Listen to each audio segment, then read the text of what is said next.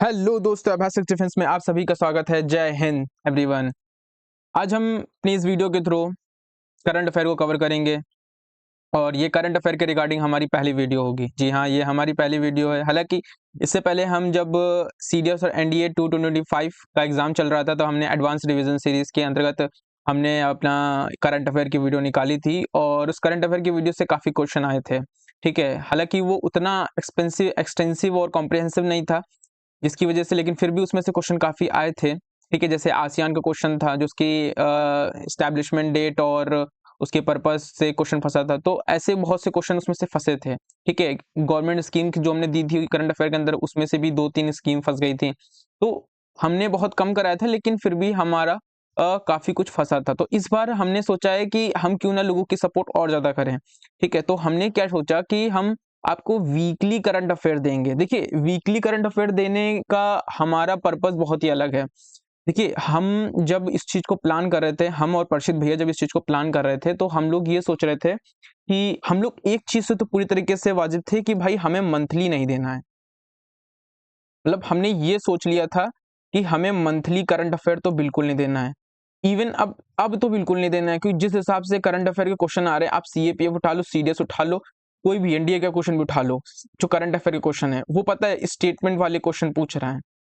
ठीक है, और स्टेटमेंट वाले क्वेश्चन में आपको करंट अफेयर की वन लाइनर इन्फॉर्मेशन की जरूरत नहीं है, क्योंकि लोग क्या करते हैं, 1 मंथ की करंट अफेयर में वन लाइनर दे करके सारी न्यूज को कवर कर देते हैं। ठीक है, और वीडियो 1 घंटे के अंदर की होती है, ये 1.25 घंटे के अंदर की होती है। तो अब जो सर्कमस्टेंसेस चल रहे हैं ना, आप जाइए, मैं क्लेम करता हूँ, आप जाइए जा करके सीडीएस का 225 का या 125 का पेपर उठाइए, करंट अफेयर का उठाइए क्वेश्चन और देखिए स्टेटमेंट वाइज क्वेश्चन की संख्या बढ़ रही है। ठीक है, और वो स्टेटमेंट वाले question one liner current affair से नहीं हिलने वाले हैं, और जो मंथली लोग देते हैं वो वन लाइनर की न्यूज ज्यादा होती हैं। ठीक है, उनको डिटेल में इतना नहीं किया जाता है। तो क्योंकि देखिए, अगर कोई करंट अफेयर 1 महीने की 1 घंटे में कर रहा है, इसका मतलब है कि वो कंटेंट से कॉम्प्रोमाइज कर रहा है। ठीक है, कंटेंट से कॉम्प्रोमाइज कर रहा है। वही बंदा कोई एक डेली करंट अफेयर दे रहा है और वो 30 मिनट की वीडियो बना रहा है, इसका मतलब है कि वो कुछ अच्छा दे रहा है। वही बंदा महीने भर की बना के दे रहा है और उसका एक्सप्लेनेशन दे रहा है 1 घंटे में, इसका मतलब है कुछ ना कुछ तो कॉम्प्रोमाइज है ना। तो हमारा जो था, ये आइडिया था कि हम कॉम्प्रोमाइज नहीं करेंगे, ना कि कंटेंट से और ना क्वालिटी से, कि एग्जाम में डायरेक्ट हिट करे। ठीक है, और देखिएगा एग्जाम में हिट करेगा, बस आपको फॉलो करना है। मैं भी दिखाता हूँ आपको कि क्या डिफरेंस होता है। देखिए, 2 तरीके से होता है। हम मंथली की तो बिल्कुल अगेंस्ट हैं। ठीक, मंथली हम नहीं करेंगे। मंथली की हम वीडियो जरूर बना देंगे या इसी को मर्ज करके डाल देंगे। ठीक है, जिसको करना है। और वैसे भी आप अगर हमारी वीक की 4 वीडियो आएंगी और हर संडे आपको एक वीडियो मिल जाएगी, मतलब जैसे अभी संडे है, आज 9 तारीख है, तो अगला संडे मेरे हिसाब से शायद 16 के आसपास पड़ेगा। ठीक है, तो आपको वीडियो मिल जाएगी मॉर्निंग में। ठीक है, मॉर्निंग से आफ्टरनून के तक वीडियो मिल जाएगी। तो आपको वीकली आपको क्या करना है, संडे के संडे उठ करके 1 हफ्ते बैक की वीडियो की जो करंट अफेयर हैं वो आपको कवर कर लेना है। और ये करंट अफेयर मैं बता रहा हूं आपको, कंसाइज है। ठीक है, कंसाइज है, बट कॉम्प्रिहेंसिव एंड रेलेवेंट है। मैंने अभी इस वीडियो इस नोट्स में, ये देखिए, मैंने आपको ये दिखा रहा हूँ, ये देखिए पूरा नोट्स है, ये हमारी तरफ से मैसेज है बच्चों को। ठीक है, ठीक है, ये हमारा कॉन्टेक्स्ट है, कंटेंट है, कितने लिस्ट टॉपिक हैं। तो देखिए, 1 हफ्ते में पिछले 1 नवंबर से 7 नवंबर के बीच में 23 टॉपिक बहुत इंपॉर्टेंट थे, जो इन सभी एग्जामों में आने के चांसेस थे। तो हमने क्या किया, देखिए ये न्यूज, ये हमारे नोट्स हैं। आपको खुद भी नोट्स बनाने की जरूरत नहीं है। You don't need to make a notes from our notes, because these are the concise लेकिन कॉम्प्रिहेंसिव है। ठीक है, तो आपको बस इन्हीं को ही रेफर करके पढ़ना है। ठीक है, ये देखिए, ये सारे हमारे नोट्स हैं। ठीक, ठीक है, ये देखिए, अभी इसरो ने हैवीएस्ट कम्युनिकेशन सैटेलाइट को लॉन्च किया था, उस पे भी न्यूज है। ठीक है, अभी ये पूर्वी प्रचंड प्रहार एक्सरसाइज हुई है, ये भी है। ठीक है, तो ये सारी चीजें हैं। ठीक है, शुरुआत हमने लखनऊ से किया है, लखनवी हैं हम, तो भाई अब लखनवी का पहला न्यूज था तो इसको हमने पहले रखा कि क्रिएटिव सिटी ऑफ गैस्ट्रोनॉमी का इसको मिला है। तो हमने इस तरह से सारे नोट्स को कवर किया है। आप मानेंगे नहीं, ये 1 हफ्ते की न्यूज को हमने 7 पेजों में निपटा दिया है। मतलब 7 दिन की न्यूज 7 पेजों में निपटा दिया है। और अगर हम 1 महीना करेंगे तो 7 चौक 28, 7 चौक 28, तो मतलब 25 से 26 पेजों में हम मंथ की करंट अफेयर कंप्लीट कर देंगे, और जो बहुत रेलेवेंट होगी, और विथ एक्सप्लेनेशन वीडियो वीकली आपको मिलेगी, ठीक है। और मैं आपको बता रहा हूँ कि इसकी हिट एक्यूरेसी ऑलमोस्ट 70 टू 80% होगी। मतलब एग्जाम में आपको इससे क्वेश्चन देखने को मिलेंगे और लाइन बाय लाइन देखने को मिलेंगे। बस आपको क्या करना है, इसको रिलीजियसली फॉलो करना है, ठीक है। इसको रिलीजियसली फॉलो करना है। जब आप इसको रिलीजियसली फॉलो करेंगे तो आपको आइडिया हो जाएगा कि हाँ, क्वेश्चन यहाँ से आए हैं और आते हैं, ठीक है। डेली लोग जो देते हैं ना वो बहुत सही करते हैं, लेकिन डेली में यही है ना, डेली में इशू जो आता है ना डेली न्यूज में, वो डेली न्यूज में इशू यही आता है कि वो कई बार इररिलेवेंट इश्यूज को भी कवर कर देते हैं, इररिलेवेंट इशू को, ठीक है। अब उनको वीडियो बनानी है तो वो इररिलेवेंट इशू बना देंगे और वो कॉम्प्रिहेंसिव हो जाती है। और साथ में उसमें और क्या हो जाता है, साथ में वो बच्चे जो डिफेंस की तैयारी कर रहे होते हैं उनका टाइम नहीं मैनेज हो पाता है, क्योंकि डेली वीडियो करना थोड़ा सा इशू हो जाता है। तो ये सारे कॉन्स उससे जुड़े हुए हैं, ठीक है। इररिलेवेंट कभी कभी हो जाता है, और कॉम्प्रिहेंसिव भी बहुत ज्यादा दे देते हैं, इररिलेवेंट चीजें डाल देते हैं तो और ज्यादा कॉम्प्रिहेंसिव, और टाइम मैनेज हो नहीं पाता है। इससे क्या होता है, ये इशू है डेली वालों का। और वीकली वाले में हम क्या करेंगे, हम उसको कॉम्प्रिहेंसिव तो बनाएंगे, लेकिन कंसाइज करने की कोशिश करेंगे। क्यों कंसाइज करने की कोशिश करेंगे, कि इररिलेवेंट हफ्ते भर में जो बहुत रिलेवेंट टॉपिक है, क्योंकि ऐसे तो बहुत ही न्यूज आ जाएगी, लेकिन जो बहुत रिलेवेंट, जैसे मैंने बताया ना 23 न्यूज ही बहुत रिलेवेंट थी, इसमें भी अगर मैं छांटता तो शायद ये 18-19 ही रह जाती। लेकिन फिर मैंने कहा ठीक है कोई बात नहीं, 2-3 न्यूज कॉम्प्रोमाइज नहीं करना चाहिए, अगर कर देंगे तो फिर कहीं वो आ गई, क्योंकि उनके आने के चांसेस थे। तो वीकली में कंसाइज भी हम कर सकते हैं छांट करके, ठीक है। और आप इजिली टाइम भी मैनेज कर लोगे, ठीक है। आप इजीली टाइम मैनेज कर लोगे। संडे की मॉर्निंग उठ करके आप वीडियो देख लीजिए अपना पहले स्लॉट में, और आपको नोट्स भी नहीं बनाने हैं इसके, ठीक है। हम कोई पीपीटी नहीं दे रहे हैं आपको, आपको हम पूरी मैगजीन दे रहे हैं वीकली, ठीक है। और आपको इस मैगजीन की प्रिंट आउट निकालना है, अपने लैपटॉप में भी आप इसको बाकायदा देख सकते हैं, ठीक है। तो ये हमारा पूरा है, ठीक।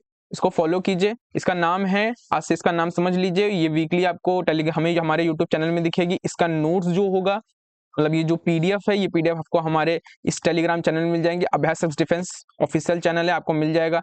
इससे रिलेटेड कोई डाउट हो तो इस नंबर पे आप हमसे मैसेज कीजिए, व्हाट्सएप कीजिए, और हमारे यूट्यूब चैनल को सब्सक्राइब कीजिए। इस वीडियो के नोटिफिकेशन को डायरेक्ट लेने के लिए बेल आइकन को आप दबा लीजिए, नोटिफिकेशन चालू करके रखिए, चैनल को सब्सक्राइब कर लीजिए।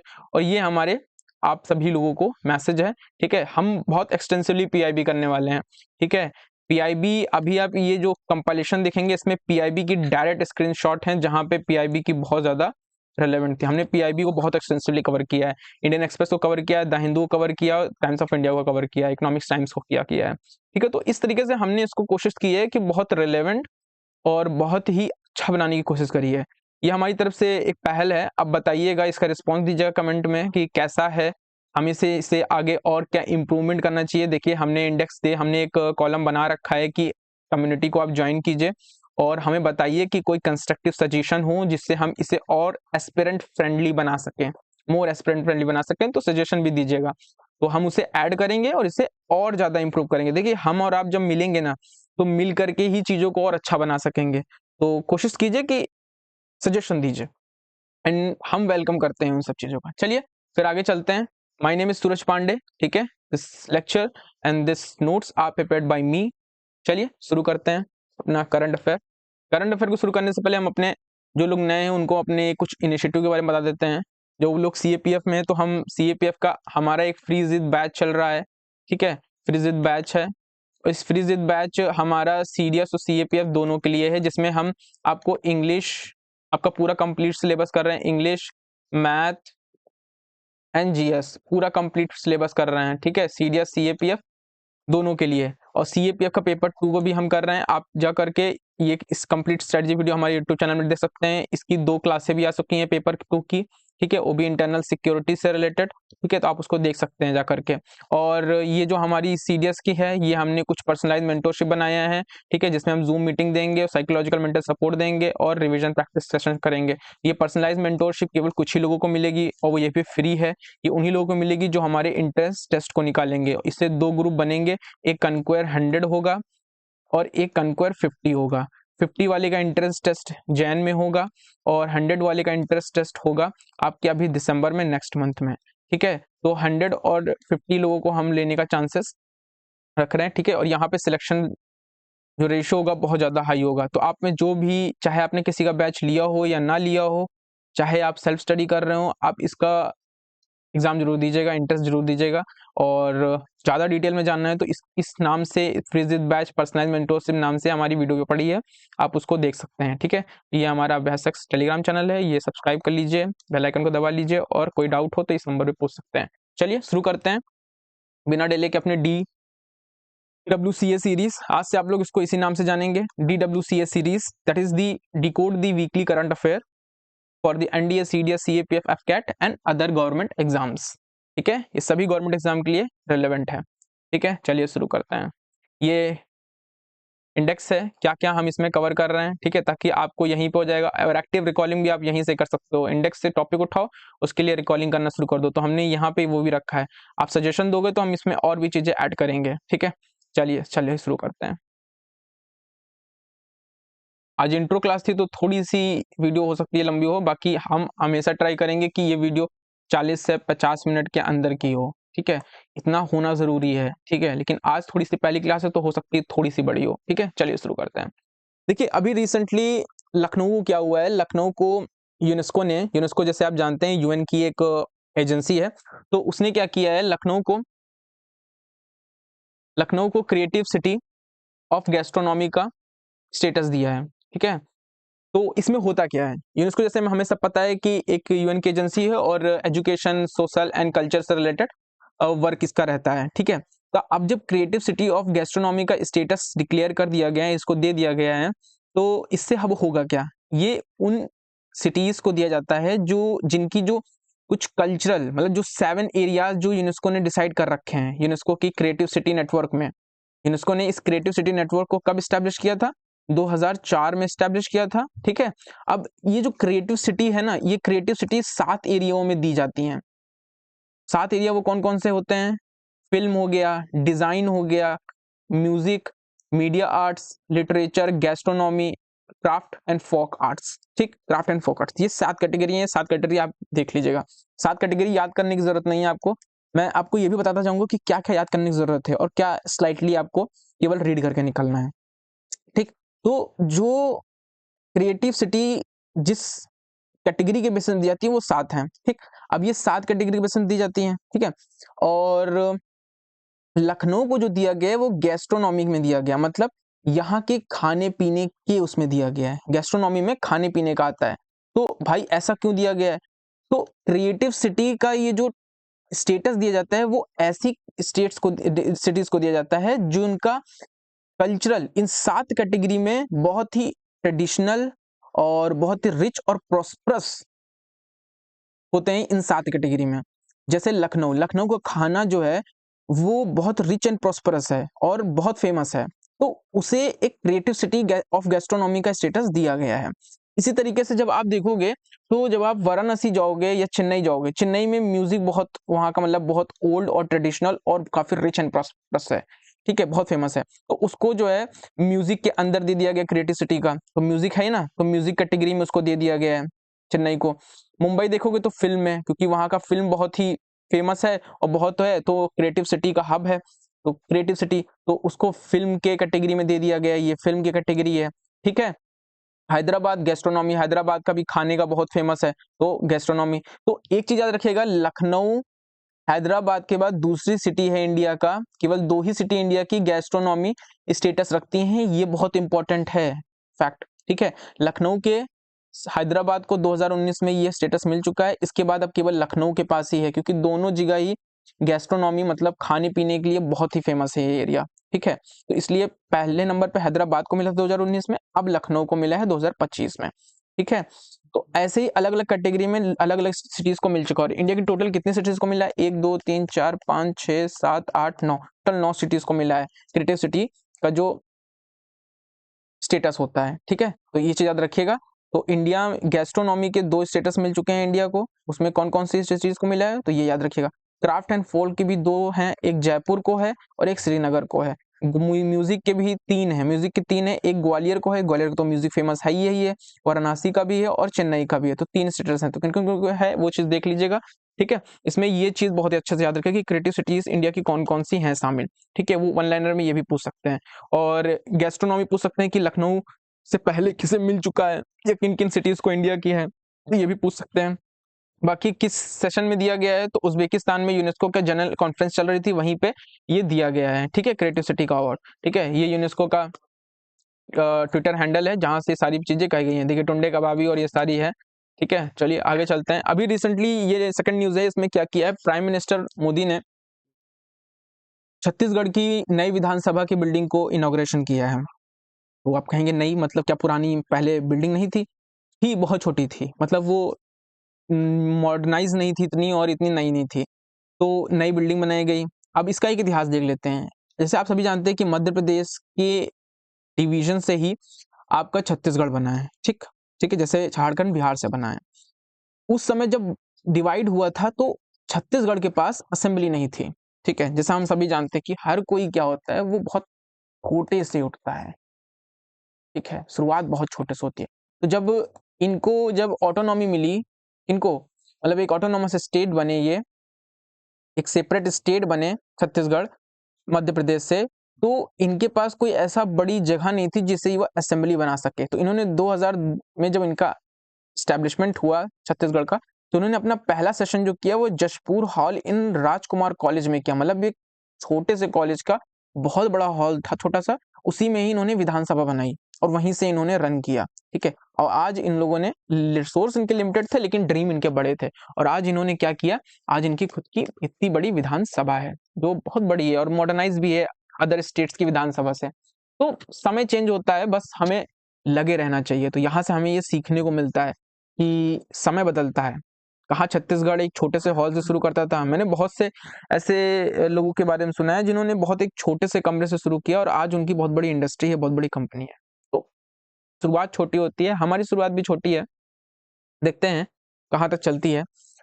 अब तीसरी न्यूज जो है बहुत इंपॉर्टेंट है, वो है स्वस्थ नारी सशक्त परिवार अभियान। देखिए हम सभी जानते हैं कि जो वुमेन है वो बहुत इंपॉर्टेंट टॉपिक है सभी एग्जामों में, और उस पे भी गवर्नमेंट की पॉलिसी या स्कीम, इसके आने के चांसेस तो बहुत ज्यादा हैं। और ये न्यूज में इतना ज्यादा था कि हर एक जो मिनिस्ट्री थी वो इसको बहुत ही मतलब रिग्रेस तरीके से फॉलो कर रही थी। मैंने पीआईबी देखा, पीआईबी में बहुत रिग्रेस तरीके से किया जा रहा था। ये देखिए पीआईबी के क्लिप्स हैं, मतलब स्क्रीनशॉट्स हैं, ये मैंने नहीं टाइप किया है, ये मेरा टाइप किया हुआ है। वो भी ये भी टाइप जो मैंने किया है वो डायरेक्ट वहां से कॉपी पेस्ट किया है, और ये स्क्रीनशॉट्स हैं, डायरेक्ट आपको दिख जाएगा। तो देखिए एक बार चलते हैं स्वस्थ नारी सशक्त परिवार देखते हैं। तो देखो स्वस्थ नारी सशक्त परिवार के बारे में देखते हैं।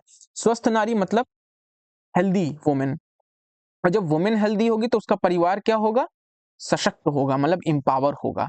ठीक है, तो ये बात तो सही है, अगर वुमेन अगर हेल्दी रहेगी तो उसके फैमिली वाले भी मतलब इंपावर रहेंगे, सब कुछ अच्छे से रहेंगे, तो ये बात तो सही है।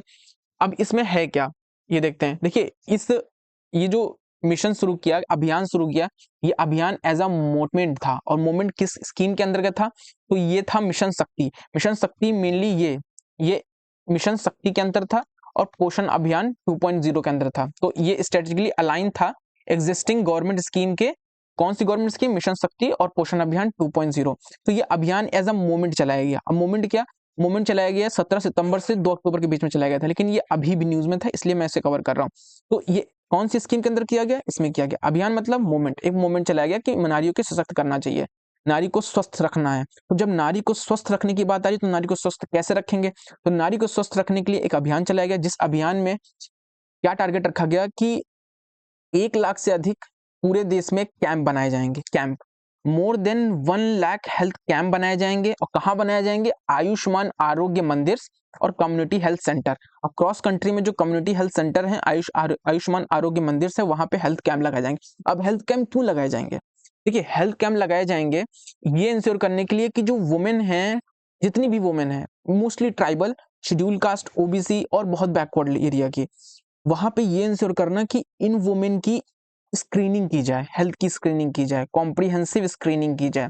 अब स्क्रीनिंग होने से क्या होगा? स्क्रीनिंग होने से ये पता चलेगा कि इनको कोई बीमारी तो नहीं है, हेल्थ इश्यूज इनके पता चलेंगे, जैसे एनीमिया। वुमेन्स में एनीमिया बहुत होता है और एनीमिया हीमोग्लोबिन की, ब्लड में हीमोग्लोबिन की कमी से हो जाता है। ठीक है, हाइपरटेंशन बहुत होता है इनमें, बीपी जैसे। ठीक है, डायबिटीज, कैंसर, कैंसर में भी ब्रेस्ट एंड सर्वाइकल कैंसर की स्क्रीनिंग बहुत जरूरी होती है। तो ये स्क्रीनिंग एक अभियान के तहत किया जाएगा, मतलब स्वस्थ नारी सशक्त परिवार अभियान चलाया गया, जिसे 1 लाख हेल्थ कैंप लगाए गए वुमेन की स्क्रीनिंग के लिए, हेल्थ की, और ये कैंसर, डायबिटीज इन सब की स्क्रीनिंग के लिए। ठीक, स्क्रीनिंग के थ्रू क्या किया जाएगा? देखा जाएगा कि किसी में है प्रॉब्लम है तो उसका फिर इलाज किया जाएगा। ऐसे नारी स्वस्थ बनेंगी, सशक्त बनेंगी। ठीक है, अब ये पूरा जो ये काम हो रहा है इसकी रियल टाइम मॉनिटरिंग की जाएगी। अब रियल टाइम मॉनिटरिंग कैसे की जाएगी? तो एक सशक्त पोर्टल बनाया गया। आपको पता है एग्जाम में पोर्टल डायरेक्टली पूछ लेता है कि कौन से पोर्टल का वर्क क्या है। तो सशक्त पोर्टल याद रखिएगा कि किससे रिलेटेड है, तो ये इस अभियान से रिलेटेड है और ये हेल्थ से रिलेटेड है, हेल्थ से रिलेटेड है, और उसमें भी वुमेन।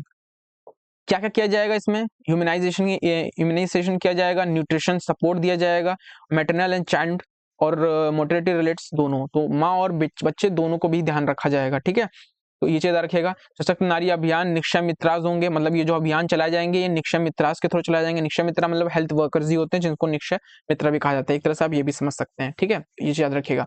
बाकी बेनिफिशरी को पीएमजेवाई और आयुष्मान, ये पॉइंट याद रखिएगा, आयुष्मान वया वंदना में इनरोल किया जाएगा और आभा में इनरोल किया जाएगा। ठीक है, अब ये स्कीम लाया किसने, मतलब इनिशिएटिव है किसका? तो ये ministry of health and the family welfare, ये बहुत जरूरी है।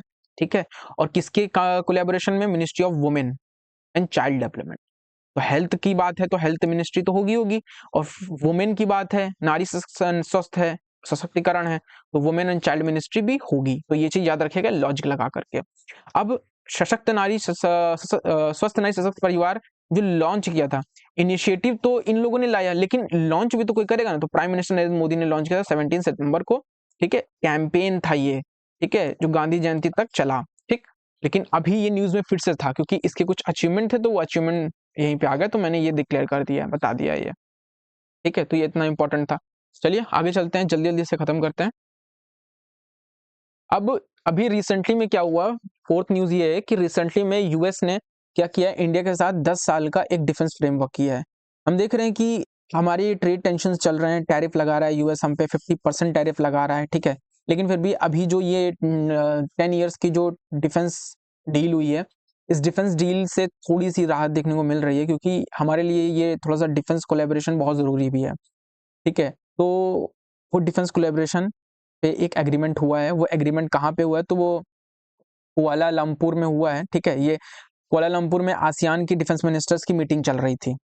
उसी side line of the defence minister की जो मीटिंग चल रही थी आसियान के, उसी साइड लाइन पे ही क्या हुआ, इन दोनों के बीच में, इंडिया और यूएस के बीच में ये डील हो गई, एग्रीमेंट। 10 साल तक ये एग्रीमेंट रहेगा।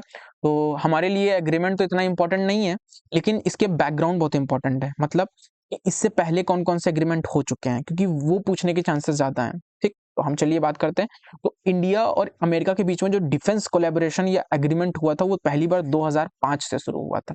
इससे पहले तो यूएस इंडिया को मतलब कि कुछ ज्यादा तवज्जो नहीं देता था। क्यों नहीं देता था? क्योंकि इंडिया कुछ खास था नहीं। इंडिया का राइज जो हुआ है ना, वो 2002-3 से देखने को मिलता है, और हमें यूएस ने रिकॉग्नाइज 2005 में किया। अब क्यों भी किया? क्योंकि इससे पहले यूएस ने 1998 से 2005 तक की हमारे ऊपर सैंक्शन लगा रखा था, इकोनॉमिक सैंक्शन और जियोपॉलिटिकल सैंक्शन, हर तरह के सैंक्शन लगा रखा था हमारे ऊपर। क्यों? क्योंकि हमने स्माइलिंग बुद्धा किया। स्माइलिंग बुद्धा मतलब हमने न्यूक्लियर टेस्ट किया था। तो अमेरिका को ये चीज अच्छी नहीं लगी। जब अमेरिका को ये चीज अच्छी नहीं लगी तो उसने इंडिया पे लगा दिया सैंक्शन। जब सैंक्शन लगा लिया तो हमारे ऊपर काफी ज्यादा सैंक्शन थे, तो हमारी एक्टिविटीज, इकोनॉमिक ग्रोथ पे भी थोड़ा सा असर पड़ा, लेकिन उतना नहीं पड़ा। फिर भी हम इकोनॉमिक पावर के रूप में निकले। ठीक है, बाद में यूएस को 2005 में आकर के अल्टीमेटली इतने बड़े सैंक्शन को रोकना पड़ा और रिकॉग्नाइज करना पड़ा कि इंडिया अब एक इमर्जिंग पावर है। ठीक है, और हमारे साथ क्या किया, एक एग्रीमेंट किया, डिफेंस एग्रीमेंट, डिफेंस फ्रेमवर्क। ठीक है, एग्रीमेंट जिसे 2005-15 में अभी रिन्यू भी किया गया, ये मेनली न्यूक्लियर से रिलेटेड ही था। न्यूक्लियर यूज से ही रिलेटेड था। ठीक है, अब तब से 2005 से लेकर लगातार कोई ना कोई डिफेंस का एग्रीमेंट होता ही आ रहा है। तो हमारे लिए ये जो 4 है ना, ये 4 एग्रीमेंट बहुत इंपॉर्टेंट है। एक लेमुआ है जो 2016 में किया गया। इसमें क्या होता है कि जो मिलिट्री की जो होती हैं, दोनों इस कंट्री की जो मिलिट्री होंगी वो अपनी फैसिलिटीज को एक्सचेंज कर सकती हैं। ठीक है, रेसिप्रोकल सपोर्ट दे सकते हैं। जैसे मान लीजिए इंडिया का कोई शिप है, नेवल शिप है, वो नेवल शिप यूएस के पास से निकल रहा है, उसको अचानक से कुछ कह सकते हैं मेंटेनेंस की जरूरत है, ठीक, कुछ शिप को, या फ्यूलिंग की जरूरत है, या कोई और सपोर्ट की जरूरत है, तो वो यूएस में जाएगी, यूएस के नेवी के पास, और उनसे वो सपोर्ट मांग लेगी। तो यही है, enable the reciprocal access to military facilities for logistic support. ये चीज इसी से पॉसिबल हो पाई, अदरवाइज पहले ये नहीं था। आप निकल जाओ भैया, हम सपोर्ट क्यों करें आपको, पहले ये होता था। अब कॉम कासा ये 2018 में हुआ। ये सब आपके ये जो यहाँ से आप देख रहे हो, ये सब ये जो आपके ये नहीं थे, ट्रम्प के समय से ही ये हुआ है। और अब ट्रम्प थोड़ा सा बैक हिट में है। ठीक है, अब ये सिक्योर कम्युनिकेशन दो मिलिट्रीज के बीच में प्रोवाइड करा रहा है। मतलब दो कंट्रीज के बीच में एक जो कम्युनिकेशन होगा वो सिक्योर होगा, ठीक है, इनक्रिप्टेड होगा, उस तरीके की सिक्योरिटी की बात कर रहा है। अब दूसरा क्या कह रहा है, ये exchange of geopolitical intelligence and data, मतलब मैपिंग का डाटा भी अब ये शेयर करेंगे। मतलब कि जो भी इंटेलिजेंस होगी वो एक कंट्री दूसरे कंट्री के मिलिट्री को शेयर करेगी, तो उसके लिए एक एग्रीमेंट हुआ। एक एक डिफेंस एग्रीमेंट से एक एक चीजें शेयर हो रही है और एक एक चीजें हो रही हैं। ठीक है, अब सोसा जो है, सोसा 2024 में ही अभी हुआ है, और ये जो आपके बाइडन थे उनके समय में हुआ था। तो security of supply chain in the critical defence material, तो डिफेंस मटेरियल की सप्लाई की जाएगी। मतलब कई सारी जो डिफेंस की जैसे एयरक्राफ्ट हैं और ये हैं, तो इनको सप्लाई यूएस इंडिया को करेगा, इस पे हुई है। तो कई चीज़ों की एग्रीमेंट हुआ है कि ये चीज़ें यूएस इंडिया को देगा। कई सारी टेक्नोलॉजी, जैसे एक जेट कोई इंजन था, वो जेट इंजन की पूरी एक टेक्नोलॉजी इंडिया को देने की बात हो रही थी, और शायद वो देने की बात है। तो अब देखते हैं वो कहाँ तक वर्क करता है। तो इस तरह से टेक्नोलॉजी ट्रांसफर की बात भी इस एग्रीमेंट के अंतर्गत है। अब इससे पहले इंडिया और अमेरिका के बीच में कई सारी ज्वाइंट मिलिट्री एक्सरसाइज चलती हैं, तो उसमें एक मलाबार है, टाइगर ट्रम्प है, और युद्धाभ्यास है। तो ये चीज याद रखिएगा। अब देखते हैं कि ट्राई सर्विस त्रिशूल एक्सरसाइज बहुत न्यूज में है। ये त्रिशूल एक्सरसाइज जब न्यूज में है, तो ये ट्राई सर्विस से पहले याद रखिएगा। मतलब जो तीनों सेना है, वो तीनों सेना कम ज्वाइंटली एक्सरसाइज करेंगे। क्यों करेंगे? क्योंकि जब कोई वॉर या कोई एग्रेशन होता है, फॉरेन एग्रेशन होता है, तब एक्सटर्नल एग्रेशन, तो उसमें क्या होता है, तीनों आर्मी कलेक्टिवली तो वॉर करती है ना। अभी आपने ऑपरेशन सिंदूर में देखा कि इंडियन आर्मी भी जुटी हुई है और एयरफोर्स भी जुटी हुई है, तो दोनों लोग जुटे हुए हैं ना। कलेक्टिवली प्रैक्टिस और एक्सरसाइज बहुत जरूरी होती है। ठीक है, ज्वाइंट जिसे हम ड्रिल कहते हैं, तो मॉक ड्रिल जैसे कहते हैं, तो ड्रिलिंग होगी, इसमें प्रैक्टिस होगी, एक्सरसाइज होगी कि हम लोग कितने इफेक्टिव हैं और उसे और सुधार किया। तो ये त्रिशूल है जो ज्वाइंट है, ठीक है, ज्वाइंट मिलिट्री एक्सरसाइज है, जो इंडिया क्या नाम है, आर्मी और नेवी और एयरफोर्स दोनों के बीच में। ठीक है, कहाँ होगी? तो sir creek desert of the Rajasthan and Gujarat. ठीक है, और अरेबियन सी तक एक्सटेंड करेगी। अब इसमें क्या होगा, क्या क्या, तो भाई रेसोनेंस होगा, सर्विलांस होगा, साइबर सिक्योरिटी, इन सबके लिए पूरा प्रैक्टिस की जाएगी। ठीक है, इससे पहले सब एक्सरसाइज जो है ट्रिनेत्रा है और महागुजराता है, ये चीज सब एक्सरसाइज आप देख लीजिएगा। ठीक है, तो चलिए आगे चलते हैं। अब एक और है पूर्वी प्रचंड प्रहार, ये भी एक कंबाइन या ज्वाइंट एक्सरसाइज है। लेकिन ये ज्वाइंट एक्सरसाइज आपकी कहाँ पर है? ये नॉर्थ ईस्ट में है। नॉर्थ ईस्ट में कहाँ है? अरुणाचल प्रदेश में है। तो अदर एरिया में, जैसे अब ये नॉर्थ ईस्ट में भी हमारा, क्योंकि चाइना से कॉन्फ्लिक्ट है, तो यहाँ पे भी ज्वाइंट एक्सरसाइज लगातार करना पड़ता है। क्यों? क्योंकि कंबाइंड फोर्स जो है, ज्वाइंट फोर्स कितनी उनमें पावर है, मतलब वो लोग कलेक्टिवली काम कर पा रहे नहीं कर पा रहे, क्या और इम्प्रूवमेंट है, तो इसी एक्सरसाइज से ही पता चलता है। तो वहां पे भी ऐसी ज्वाइंट एक्सरसाइज की जरूरत थी, तो ज्वाइंट एक्सरसाइज की जा रही है, जिसका नाम है पूरी प्रचंड प्रहार। ठीक है, तो इस पे डिटेल बेस देख लीजिएगा आप। अब चाइना ने सक्सेसफुली अचीव कर लिया है, ये एक न्यूज है, बहुत ही इंपॉर्टेंट है। ठीक है, चाइना ने एक नया झंडा फिर से गाड़ दिया है। अब वो झंडा क्या है? झंडा ये है कि वो वर्ल्ड की पहली कंट्री बन गई है जिसने थोरियम से यूरेनियम फ्यूल कन्वर्जन कर लिया है। हम सभी जानते हैं कि थोरियम को हम directly as a fuel use नहीं कर सकते हैं। एग्जैक्टली ये चीज एग्जाम के लिए आप याद रखिएगा, थोरियम को आप डायरेक्टली, क्योंकि अब चाइना ने ये कर लिया है तो अदर स्टेट, इंडिया भी इस पे काम कर रहा है। अब आपके दिमाग में यही आएगा भाई चाइना ने कर लिया तो इंडिया क्या कर रहा है, पकौड़े का तल रहा है क्या? नहीं, इंडिया पकौड़े नहीं तल रहा है, इंडिया भी डेवलप कर रहा है और इंडिया ऑलमोस्ट अपने थर्ड स्टेज पे है। ठीक है, जो भाभा इंस्टीट्यूट है वो इसी में ही काम कर रहे हैं। भाभा की बार्क, हाँ बार्क है मेरे ख्याल से, बार्क है कि भाभा है, बार्क है हाँ। ठीक है, तो इंडिया भी काम कर रहा है। ठीक, तो हमें सबको पता है कि थोरियम आप direct as a fuel use नहीं कर सकते हो, आपको पहले थोरियम को कन्वर्ट करना पड़ेगा यूरेनियम में। और थोरियम तो बहुत है लोगों के पास, लेकिन उसकी कन्वर्जन नहीं है, मतलब उसका कन्वर्जन एज अ फ्यूल करना थोड़ा सा पॉसिबल नहीं है, क्योंकि उसके लिए बहुत रिसर्च एंड डेवलपमेंट चाहिए। चाइना ने ये रिसर्च डेवलपमेंट कर ली है और सक्सेसफुली उसने कन्वर्ट कर लिया है। कैसे किया? थोरियम मोल्टेन सॉल्ट रिएक्टर में। ठीक, तो ये चीज हो गया है। अब इसमें होता क्या है, अब इसको जानने से पहले पहले हम थोरियम के बारे में जान लेते हैं कि थोरियम एक्चुअली में है क्या, इंडिया में थोरियम क्या है, इंडिया क्या कन्वर्जन कर रहा है, कि ये बेसिक जानना, फिर हम चाइना के बारे में समझेंगे। पहले हमारी क्या हालत है, हमें ये जानना है ना कि हम कौन से खाने में बैठे हुए हैं। ठीक है ना, अब ये देखिए, ये न्यूज है, China launch the world's first thorium nuclear reactor with the zero molten risk. तो थोरियम फ्यूल, थोरियम है 3232 is the only naturally occurring the isotope of thorium. ये चीज याद रखिएगा, मतलब ये जो थोरियम का 232 ये केवल अकेले ही नेचुरली, केवल अकेला ही नेचुरली अकरिंग आइसोटॉप है थोरियम, थोरियम का। ठीक है, अब एक चीज याद रखिएगा कि आपसे कोई पूछे कि यूरेनियम और थोरियम सबसे ज्यादा अबेंडली नेचर में कौन पाया जाता है, तो यूरेनियम से ज्यादा थोरियम पाया जाता है, ये पूछा जा सकता है आपसे। ठीक है, अब एक चीज याद रखिए कि थोरियम को मैंने बताया जैसे कि has to be converted into uranium पहले, देन उसको एज अ फ्यूल यूज किया जा सकता है। ठीक है, तो ये चीज याद रखना है।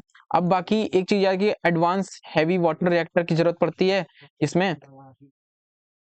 ये इंडिया कर रहा है बार्क में। ठीक है, इंडिया डेवलप कर रहा है Indian moult molten salt breed reactor. ठीक है, इंडिया भी अपना डेवलप कर रहा है। थोरियम रिजर्व इंडिया में क्या क्या है, क्योंकि थोरियम पे है तो थोरियम रिजर्व पे पूछा जा सकता है क्वेश्चन, और रिजर्व पे क्वेश्चन आते हैं, तो इसलिए थोरियम एक मिनरल था और जो इतना इंपॉर्टेंट है, तो मैंने इस पे आपको कहाँ कहाँ रिजर्व मिलता है तो ज्योग्राफी का ये क्वेश्चन भी आपको मैं करा दे रहा हूँ। तो इंडिया के पास वर्ल्ड का लार्जेस्ट थोरियम का रिजर्व है, इस चीज को याद रखिएगा। ठीक, this point is very very important. Kerala और उड़ीसा, केरला और उड़ीसा, इसके पास ऑलमोस्ट 8 to 10% थोरियम के रिजर्व हैं, और किस कंटेंट में है तो डायरेक्टली नहीं मिलते हैं। अगेन एक चीज याद रखिए, ना ही आप थोरियम को directly as a fuel use कर सकते हो, और ना ही थोरियम आपको डायरेक्टली मिल रहा है इंडिया में। कैसे मिल रहा है? मोनोजाइट के अंदर मिल रहा है। मोनोजाइट आपको केरला और उड़ीसा के ये कोस्ट से आपको मिल जाएगा, केरला उड़ीसा का जो कोस्ट है, कोस्ट में आपको मोनोजाइट मिलेगा, और मोनोजाइट में ऑलमोस्ट आपको 8 to 10% थोरियम मिल जाएगा। It is also found in Andhra Pradesh, Tamil Nadu and West Bengal. ठीक, इनके कोस्ट में आपको मिल जाएगा। ठीक है, अब चलते हैं चाइना के बारे में पढ़ लेते हैं कि भाई चाइना ने झंडे क्या गाड़ दिए। उसने क्या किया है, चाइना के TMC is currently the only operational molten salt reactor in the world जिसने कन्वर्जन कर लिया है। मोल्टेन सॉल्ट रिएक्टर तो इंडिया के पास भी है ना, India is developing the Indian salt molten reactor, India भी डेवलप कर रहा है, लेकिन इंडिया ने अभी क्या किया है, अभी तक इसको कन्वर्जन नहीं किया है। अभी हम लोग बहुत थर्ड स्टेज में चल रहे हैं ऑलमोस्ट, थर्ड स्टेज में है हम लोग।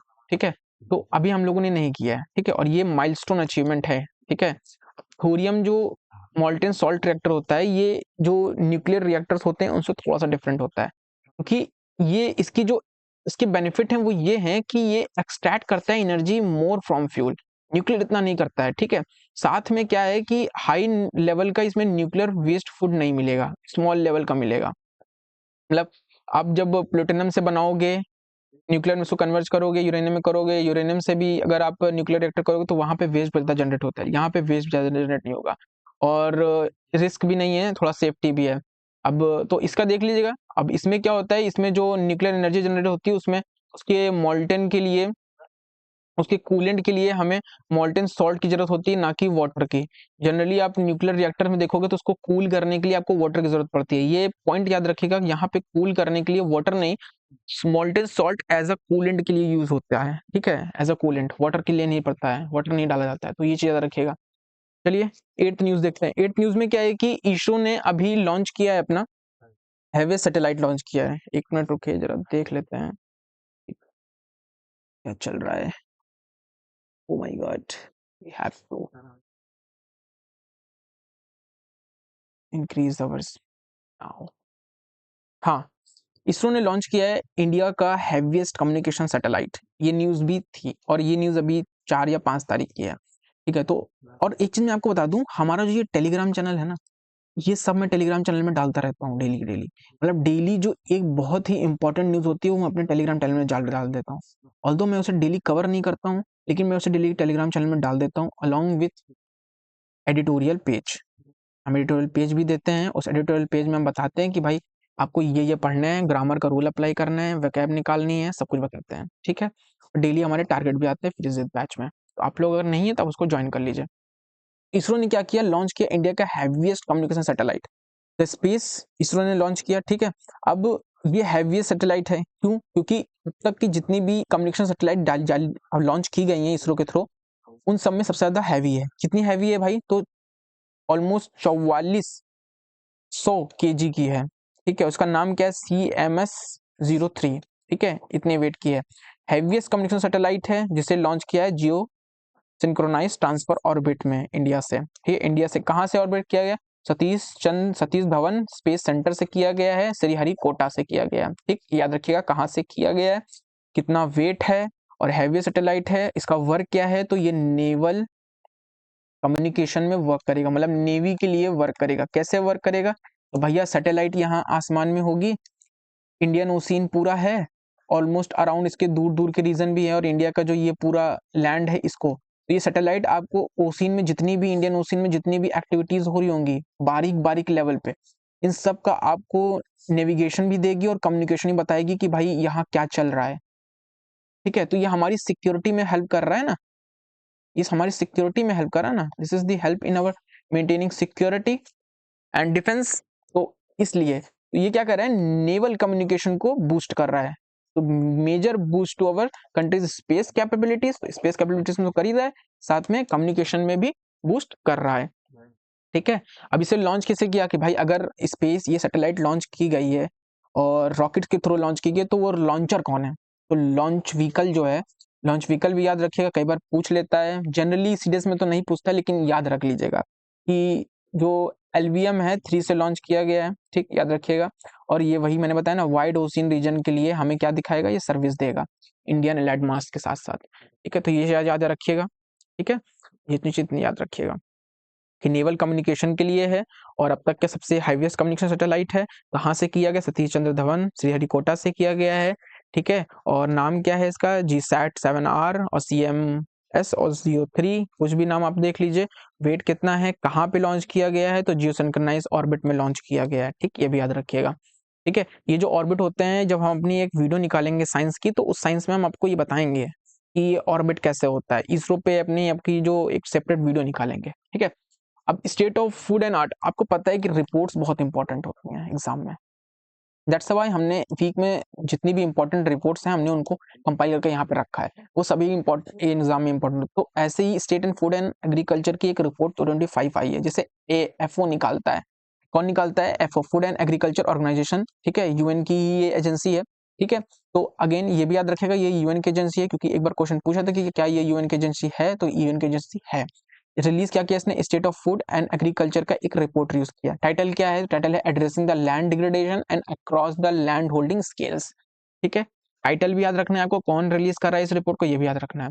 ये मैंने आपको डाटा दिया है कि भाई एशिया और अफ्रीका के ऑलमोस्ट मोस्टली इफेक्टेड हैं, किससे इफेक्टेड है? Land degradation. अब लैंड डिग्रेडेशन होता क्या? लैंड डिग्रेडेशन का मतलब, जैसे लैंड मतलब जमीन, डिग्रेड मतलब समझते हो आप लोग, डिग्रेड मतलब कि क्षरण हो रहा है, मतलब कि गिर रहा है या कम हो रहा है। तो लैंड का जो डिग्रेडेशन है वो डिग्रेडेशन हो रहा है, मतलब लैंड की क्वालिटी कम हो रही है। क्वालिटी इन सेंस क्या है? मतलब उसकी फर्टिलिटी कम हो रही है, ठीक है। फर्टिलिटी मतलब उसकी उपयुक्तता कम हो रही है, उसमें मिनरल्स जो हैं वो भी कम होते चले जा रहे हैं। तो ये सारी चीजें कम हो रही हैं, ठीक है, सारी चीजें कम हो रही हैं, ठीक है। तो ऑलमोस्ट सेवरली ये यील्ड को इम्पैक्ट कर रहा है 70%, ठीक है, सब सहारन ओशियन रीजन में। अब एक कॉन्सेप्ट यहाँ पे आता है जो इंट्रोड्यूस हुआ है और ये आपको जानना जरूरी है, एक लैंड डिग्रेडेशन न्यूट्रलिटी कॉन्सेप्ट है। अब ये कॉन्सेप्ट क्या है? लैंड बताया मैंने, डिग्रेडेशन बताया कि क्षरण हो रहा है। न्यूट्रलिटी, न्यूट्रलिटी मतलब समझते हो ना आप लोग, कि बंदा जो तटस्थ है, मतलब जो बंदा ना अच्छा है, मतलब ना बुरा नहीं है, मतलब एकदम न्यूट्रल है। न्यूट्रल में समझते हो ना, न्यूट्रल मतलब सेंस बंदा न्यूट्रल है। अब न्यूट्रल का मतलब क्या होता है कि एकदम ना अच्छा ना बुरा।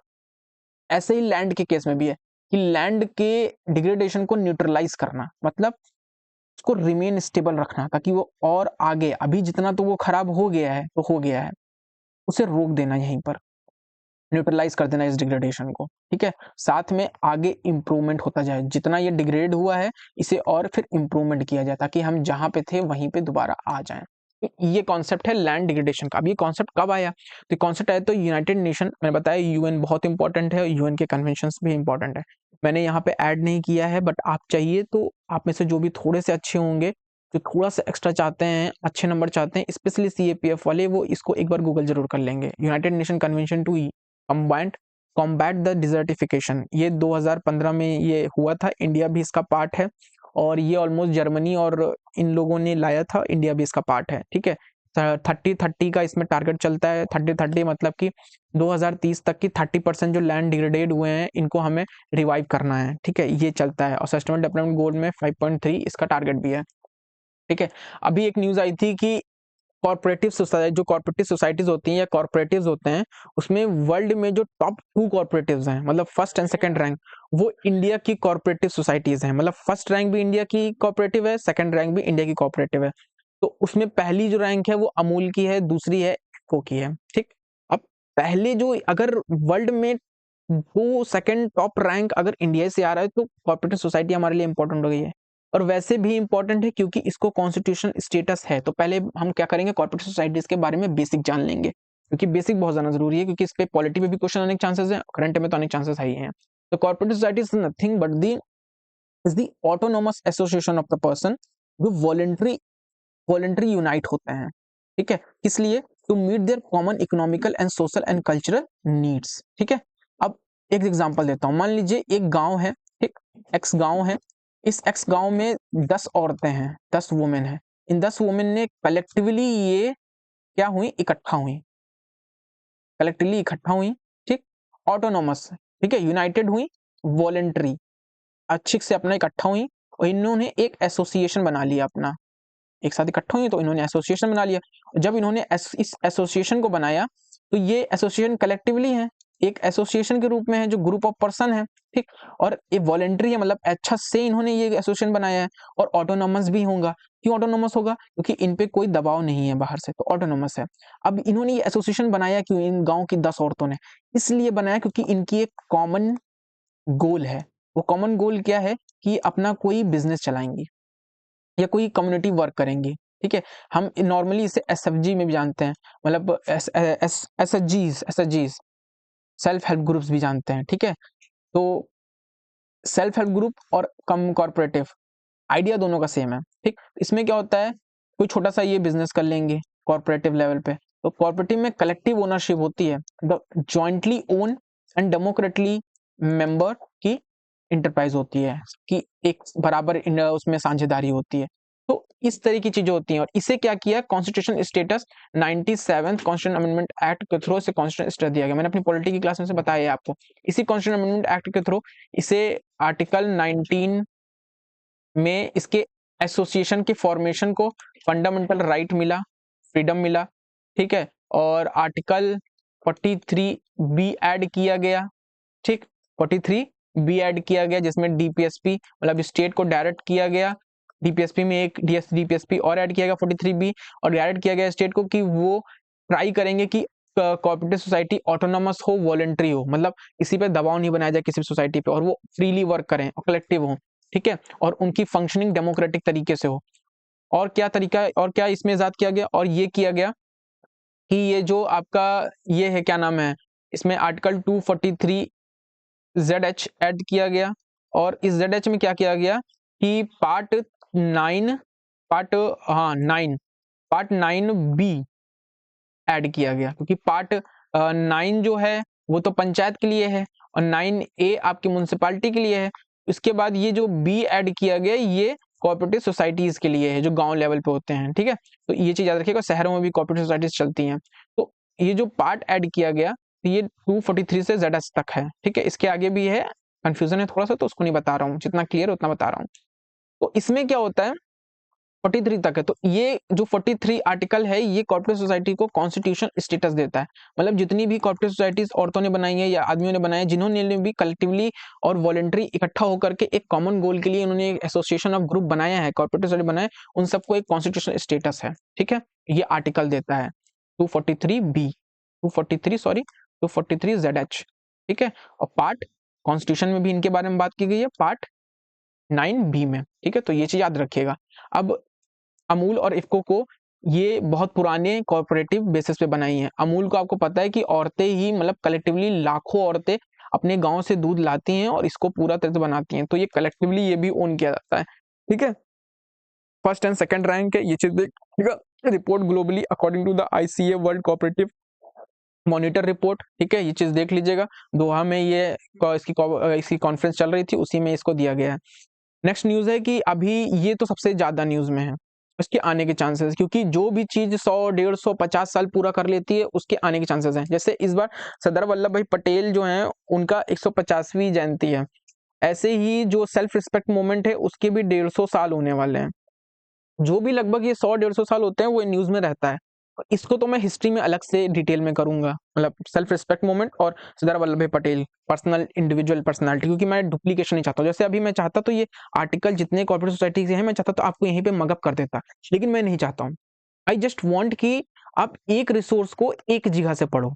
ठीक, एक चीज को आप एक जगह से पढ़ो, ना कि एक चीज को आप डबल जगह से पढ़ो, ट्रिपल जगह से पढ़ो। एक चीज को जब एक जगह से पढ़ोगे ना बार बार, अब मैंने जैसे यहाँ कॉर्पोरेटिव बताया तो आपके दिमाग में टनक जाना चाहिए कि भाई कॉर्पोरेटिव पॉलिटी में डिस्कस किया गया, चलिए कॉर्पोरेटिव में उसके आर्टिकल्स देख लेते हैं, अमेंडमेंट्स देख लेते हैं, ऐसा होना चाहिए ना। तो मैं जब आपको यहाँ नहीं बताऊंगा पटेल और इनके 150 वर्ष हो रहे हैं जयंती के, तो जब हिस्ट्री करूंगा तब बताऊंगा। तो भाई 150 वर्ष पहले अभी वंदे मातरम देख लेते हैं, क्योंकि इसको स्पेशल हिस्ट्री में तो नहीं होगा ना, तो इसको स्पेशल करंट अफेयर में ही कर लेते हैं। तो वंदे मातरम के ऑलमोस्ट कितने हो रहे हैं, 150 साल हो रहे हैं। तो वंदे मातरम क्या है, हमारा नेशनल सॉन्ग है। क्या सब कब एक्सेप्ट किया गया, इसे कब रिकॉग्नाइज किया गया एज ए नेशनल सॉन्ग, तो 1950 24 जनवरी 1950 में किया गया। ठीक है, when we just 2 days before when we declared ourselves as a republic of India, as a republic। मैंने पॉलिटी की वीडियो में इसको बहुत ही अच्छे तरीके से कवर किया है, आप में से जिन्होंने नहीं देखा है, हमारे 12 से 13 लेक्चर हो चुके हैं पॉलिटी के, almost we are in the politics, आप जाकर के उसको देख सकते हो। ठीक है, तो अब सबसे पहले आता है इसकी हिस्ट्री को देख लेते हैं, क्योंकि अगर 150 साल हो गए तो इसका कुछ इतिहास है।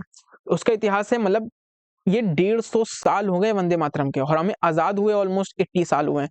मतलब हमारी आजादी से भी ये डबल साल पुराना है, 70 साल पुराना है, मतलब बहुत साल पुराना है। तो इसकी हिस्ट्री और ग्लोरियस और प्रॉस्परस है, तो अब इसे जानना जरूरी है। तो इसकी हिस्ट्री क्या है कि इसे पहली बार रिटन किया बंकिम चंद्र चट्टोपाध्याय जी ने।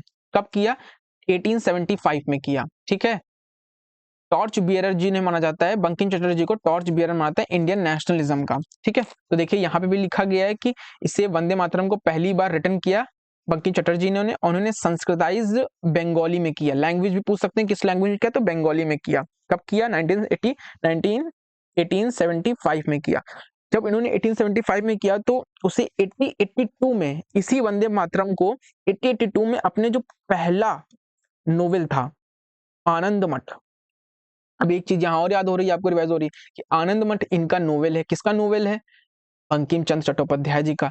इस आनंद मन नोवेल के जो हिस्ट्री थी, मतलब जो बैकग्राउंड था, ये किस पे बेसिस था, ये सन्यासी रेबिलियन पे था। अब सन्यासी रेबिलियन खुद हिस्ट्री का एक टॉपिक है, तो इसमें कि सन्यासी रेबिल एक क्विक में जान लीजिए कि एक ट्राइबल मूवमेंट था, ट्राइबल रेसिस्टेंस मूवमेंट था against the British rule. British क्या करते थे उस समय 50 और 60s के बेसिस बीच में, और शायद इससे बैक में है। तो इन लोगों ने, ब्रिटिशर्स ने ट्राइबल के एरिया में जाकर के, मतलब वहां पे मतलब काफी इनको, मतलब इनके कल्चर को और इनके हेरिटेज को काफी मतलब इंटरवेन किया। ठीक है, मनी लॉन्ड्रिंग और मनी लैंडिंग और इस सब के केसेस पे, और लैंड ग्रैब करके मतलब इनकी कल्चर को काफी हार्म किया। तो ट्राइबल को बड़ा गुस्सा आया, तो ट्राइबल ने इनके अगेंस्ट एक रेसिस्टेंस लगाया, मतलब एक रेसिस्टेंस मूवमेंट दिखाया। इसे सन्यासी रेबेलियन भी कहते हैं, rebel against the British rule. इस पे क्या किया, इस मोमेंट पे बंकिम चंद्र चट्टोपाध्याय जी ने आनंद मठ लिख डाला। आनंद मठ में ही ये गाना गाया, लिखा इन्होंने, ये गाना डाल दिया जो इन्होंने 1875 में लिखा था, उसे 1882 के अपने वंदे मातरम को गानों को आनंद मठ में भी डाल दिया। अब 1896 में गुरु रविन्द्रनाथ टैगोर जी ने इसे Kolkata session of Indian national Congress में भी गा दिया। धीरे धीरे पॉपुलर होने लगा ये गाना। धीरे धीरे जब फ्रीडम स्ट्रगल मूवमेंट हो रहे थे, स्वदेशी मूवमेंट हो रहा था, बंगाल का पार्टीशन 1905 में हुआ, तो लॉर्ड कर्जन के अगेंस्ट बंगाल में काफी इसमें ये मूवमेंट चलाया गया और ये गाना गाया गया वंदे मातरम। ठीक है, वंदे मातरम प्रोविजनल गवर्नमेंट जो सुभाष चंद्र बोस ने जो बनाई थी, आजाद हिंद फौज, उसमें भी गाया गया। ठीक है, और जब इतनी अच्छी इसकी हिस्ट्री थी और इतना पॉपुलर था, तो इसे अल्टीमेटली 1950 में एज अ नेशनल सॉन्ग ही एक्सेप्ट कर लिया गया। तो ये इसकी हिस्ट्री थी। ये इतना बैकग्राउंड में आपको नॉलेज होना बहुत जरूरी था, तो जो मैंने दे दिया है। मैंने बताया था आपको रिपोर्ट बहुत इंपॉर्टेंट होती है।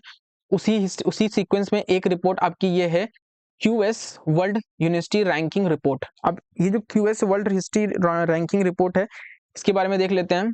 ये कुछ नहीं है, दरअसल यूनिवर्सिटियों में जो रैंकिंग होती है वर्ल्ड लेवल पे, उसकी एक रिपोर्ट है। ठीक, तो उसमें एक चीज याद रखिए, टॉप पे जो 14 साल से टॉप नंबर पे है वो है US की मैसाचुसेट्स यूनिवर्सिटी MIT। ठीक, 14 साल से लगातार, ठीक है, टॉप पे ही है।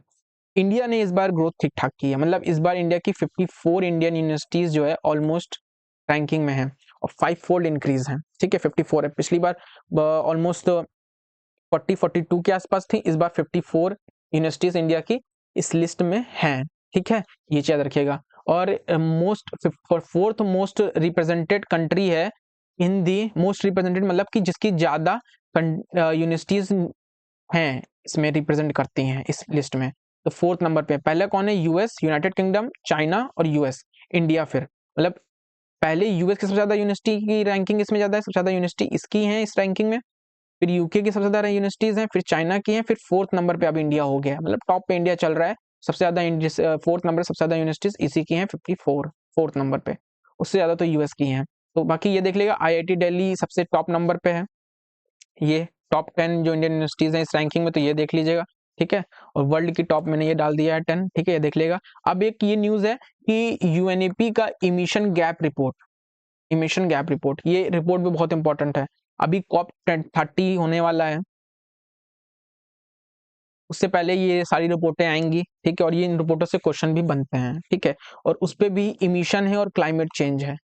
ठीक है, और CAPF के पेपर 2 में तो ये रिपोर्ट आप डायरेक्टली नोट कर सकते हो, कोट कर सकते हो। ठीक है, तो चलिए सबसे पहले समझ लेते हैं कि UNEP का जो इमिशन गैप रिपोर्ट है, पहले तो आपको ये समझना पड़ेगा गैप का मतलब क्या है। इमिशन गैप मतलब समझ लीजिए, ये जो मैंने ग्राफ बनाया लगाया है, एक बार इसको देख लीजिए, इससे आपको क्लियर हो जाएगा कि इमिशन गैप एग्जैक्टली क्या है। देखिए, what is the emission gap? तो दिस इज इन नथिंग, ये कुछ नहीं है। जैसे मान लीजिए कि ये इमिशन का दिया गया है, ठीक, ये इमिशन का दिया गया है, ठीक है, ये इमिशन का चार्ट है, ये टाइम का चार्ट है।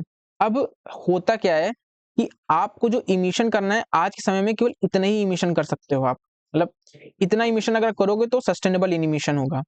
हम लोग क्या कर रहे हैं, हम लोग एक्सेस में कर रहे हैं इतना ज्यादा इमिशन, गैप इतना ज्यादा इमिशन कर रहे हैं, हमें करना इतना ही चाहिए था। ठीक है, तो ये सस्टेनेबल इमिशन है। तो हमारा गैप कितना है? ये इतना हमारा गैप है, इतना हम एक्सेस में कर रहे हैं। जब इतना एक्सेस में हम कर रहे हैं तो इससे क्या होगा? इससे ग्लोबल वार्मिंग बढ़ेगी, और जब ग्लोबल वार्मिंग बढ़ेगी तो क्या होगा? जो हमारा जो पेरिस का जो एग्रीमेंट के जो गोल्स हैं वो फुलफिल नहीं होगा। क्यों? क्योंकि जो जो टेम्परेचर है ना, वो टेम्परेचर जो होगा वो 2 डिग्री सेल्सियस ब्रीच कर जाएगा। क्योंकि पेरिस जो एग्रीमेंट है 2015 में, हमने जो पेरिस एग्रीमेंट रखा था, उस पेरिस एग्रीमेंट में हमने टारगेट रखा था कि हम जो ग्लोबल इमिशन है और जो रेट जो टेम्परेचर इंक्रीज हो रहा है उसको 1.5 से 2 डिग्री सेल्सियस तक ही रखेंगे, इससे ज्यादा ब्रीच नहीं होने देंगे। लेकिन अब इस गैप, क्योंकि गैप लगातार बढ़ता जा रहा है, हम अपने लिमिट से ज्यादा, नेचर की मतलब एक कैपेबिलिटी से ज्यादा हम उसमें इमिशन कर रहे हैं, तो ग्लोबल वार्मिंग बढ़ती जाएगी। जब ग्लोबल वार्मिंग बढ़ती जाएगी तो भाई क्या होगा? इससे हमारे टारगेट ब्रीच होते जाएंगे। और US तो फिर विड्रॉल भी कर गया है पेरिस एग्रीमेंट, जैसे ही ट्रम्प आए तो उन्होंने विड्रॉल भी कर लिया फिर से। ठीक है, तो इससे और चैलेंजेस बढ़ रहे हैं। ठीक है, पेरिस गोल को अगर हमें इस गोल को अलाइन करना है, मतलब इसको एक्सेस करना है, तो हमें क्या करना पड़ेगा? 35% जो टारगेट है हमारा, सॉरी जो गैप है हमारा, उससे हमें कम करना पड़ेगा। मतलब इमिशन को 35% इमिशन जो अभी हम कर रहे हैं उसमें 35% इमिशन हमें कट करना पड़ेगा, तो हम 2 डिग्री सेल्सियस के टारगेट को ले सकते हैं। किस लेवल पे? 29 के लेवल पे 55% लेवल हमें कम करना पड़ेगा, तो 1.5 डिग्री सेल्सियस हम कर सकते हैं। ठीक है, तो ये चीजें हैं। अब एक चीज याद रखने की जरूरत है आपको कि रिपोर्ट निकालता कौन है, तो ये रिपोर्ट निकालता है यूएनईपी निकालता है। ठीक है, विथ यूएनईपी के कोपेनहेगन क्लाइमेट सेंटर के कोलैबोरेशन से। ठीक है, तो ये निकालते हैं। ठीक है, तो ये चीज याद रखिएगा। एक न्यूज ये भी इंपॉर्टेंट है।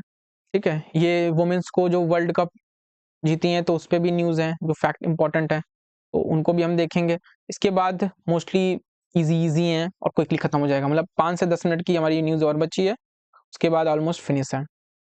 ठीक, तो इंडिया की फर्स्ट सिलिकॉन कार्बाइड, ये पहला लेक्चर थोड़ा सा बड़ा इसलिए और क्योंकि हमारा थोड़ा सा इंट्रो क्लास थी, इसलिए थोड़ा सा बड़ा था। चलिए, इंडिया फर्स्ट सिलिकॉन कार्बाइड जो सेमीकंडक्टर प्लांट है वो उड़ीसा में बनने जा रहा है।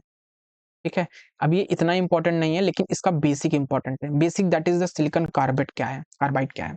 ये silicon carbide as a science में आपसे पूछ सकते हैं, या फिर एज अ साइंस में पूछ सकते हैं, या करंट साइंस का पूछ सकते हैं, क्योंकि साइंस एक बेसिक भी होती है और एक करंट साइंस भी आती है, तो करंट साइंस से आने का चांसेस है इससे, तो आप इसलिए इसको जरूर करिएगा। अब पहले हम ये देख लेते हैं कि जो इंडिया ने की जो first silicon carbide semiconductor plant है वो उड़ीसा में बनने जा रहा है। तो पहले हम सिलिकॉन कार्बाइड क्या होता है पहले ये जान लेते हैं, तो उसकी सेमीकंडक्टर के बनने की प्रोसेस को हम जानेंगे। तो अबाउट द सिलिकॉन कार्बाइड क्या है, सिलिकॉन कार्बाइड एक कंपाउंड है, हार्ड कंपाउंड है, किसका? सिलिकॉन और कार्बन का। This is the hard compound of silicon and carbon. ठीक, कंपाउंड है सिलिकॉन कार्बन का। अब इसके कुछ फीचर हैं। फीचर क्या है, इसे क्यों एज अ सेमीकंडक्टर यूज किया जा रहा है? क्योंकि इसके पास ये सिलिकॉन और कार्बन का कंपाउंड तो है ही है, साथ में ये थर्मली काफी कंडक्टिव है, और क्या है, रेसिस्टेंस है इसके पास ऑक्सीडेशन का, इसीलिए ये काफी फेवरेबल कंडीशन रखता है सेमीकंडक्टर प्लांट या सेमीकंडक्टर के प्रोडक्ट में यूज होने का। अब कौन से कैसे यूज होता है, यूज इन सेमीकंडक्टर के डिवाइसेस में या प्रोडक्ट में, तो as a mechanical seal, structure ceremonies और एक्सचेंजर्स, ऑप्टिकल मिरर्स और बैलिस्टिक आर्मर, तो इन सब जगहों पे इसका यूज किया जा सकता है। इसी को बनाने का प्लांट उड़ीसा में बनने जा रहा है और ये इंडिया का फर्स्ट प्लांट है। ठीक, केवल बना कौन रहा है इसको, अब बनाएगा कौन उड़ीसा में, तो इसको बनाएगा सिस्सेम बनाएगा। ठीक है, तो इंटीग्रेटेड मैन्युफैक्चरिंग यूनिट होगी। एक चीज याद रखिएगा, ये केवल एटीएम है, मतलब एटीएमपी है, मतलब इसकी मैन्युफैक्चरिंग नहीं होगी यहाँ पे, इसकी असेंबलिंग, टेस्टिंग, मार्किंग और पैकेजिंग होगी। असेंबली इसकी कहीं और पे होगी, कहीं और पे बन करके आके यहाँ पे केवल असेंबल, टेस्टिंग, मैन्युफैक्चरिंग, मार्किंग और पैकेजिंग होगी, बस वहां पे होगी उड़ीसा में, भुवनेश्वर में होगी। ठीक, ये याद रखिएगा। अब India is set to witness the first silicon carbide semiconductor plant. ठीक है, मैन्युफैक्चर लिख दिया जा रहा है लेकिन एक्चुअली मैन्युफैक्चर नहीं हो रहा है। ठीक है, अब बिफोर सिस्टम से जब पहले आरआईपी जो है, आरआईपी है, उसने मेनली जो है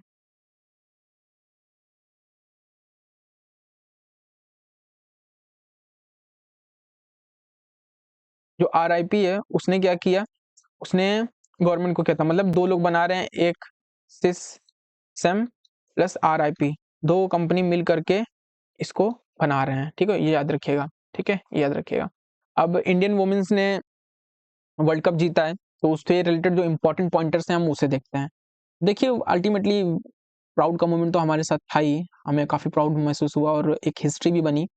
तो ये एक चीज़ याद ये भी रखिए कि ये हिस्ट्री ऐसे नहीं बन रही है, इसके पीछे बहुत बड़ा करेज और डेडिकेशन और हार्डवर्क था, और अगर आप लोग भी करोगे तो आपको भी एक रिजल्ट पॉजिटिव दिखेगा। ठीक है, लेकिन वो डायरेक्शन ठीक होना चाहिए, और हम कोशिश कर रहे हैं कि हम आपके इस जर्नी का पार्ट हो सकें।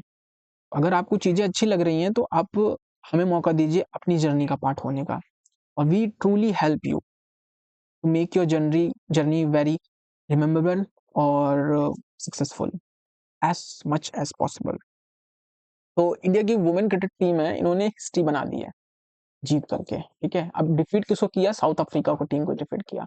ठीक है, अब ऐसा नहीं है इंडियन टीम पहली बार फाइनल में गई, इससे पहले भी वो फाइनल में जा चुकी हैं, 2005 और 17 में जा चुकी हैं, ऑस्ट्रेलिया के अगेंस्ट और इंग्लैंड के अगेंस्ट रिस्पेक्टिवली गई थी। ठीक है, कैप्टन कौन था पूछ सकते हैं, तो हरमनप्रीत कौर थी, और इससे पहले ये 4th एडिशन था, इससे पहले ये लोग 4th एडिशन जीती हैं। इससे पहले का एडिशन कौन कौन जीता है, तो 2013 में ऑस्ट्रेलिया जीती है, 17 में इंग्लैंड जीती है, 22 में ऑस्ट्रेलिया फिर से जीती है और 2015 में इंडिया जीती है। तो याद रखिए ऑस्ट्रेलिया 2 बार जीत चुकी है टाइटल। बहुत स्ट्रॉन्ग टीम है ऑस्ट्रेलिया की, 2 बार टाइटल जीत चुकी है। इंग्लैंड 1 बार, इंडिया 1 बार, ठीक है। फोर्थ एडिशन में इंडिया 1 बार, इंग्लैंड 1 बार, ऑस्ट्रेलिया 2 बार।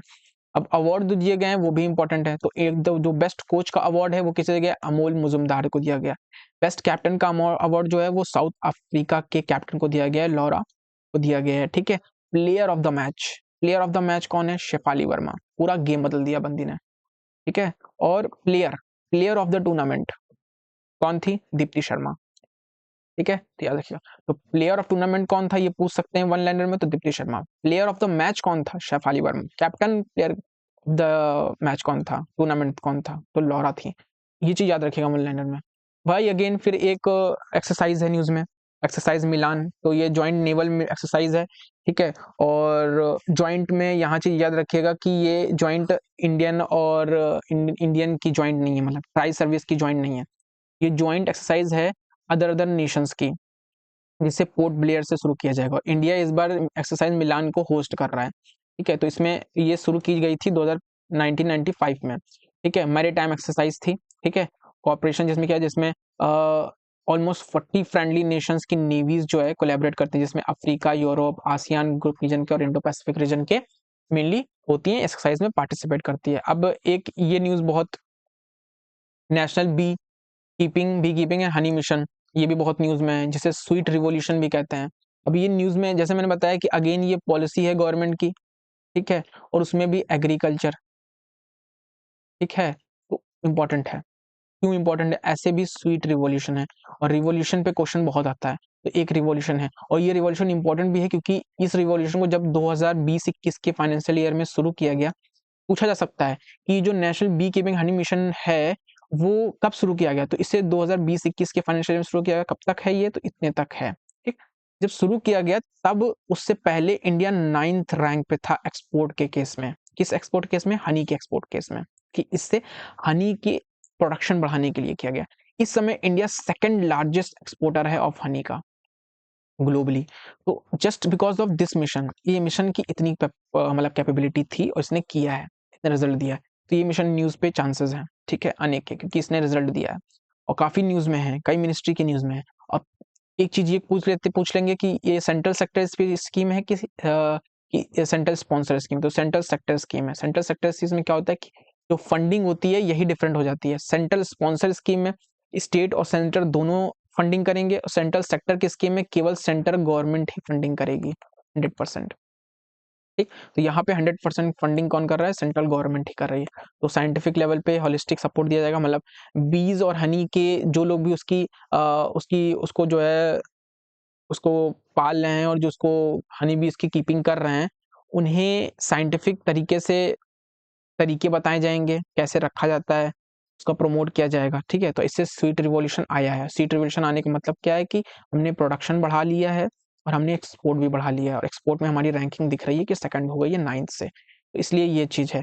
और इसके लिए एक पोर्टल बनाया गया, मधुक्रांति पोर्टल।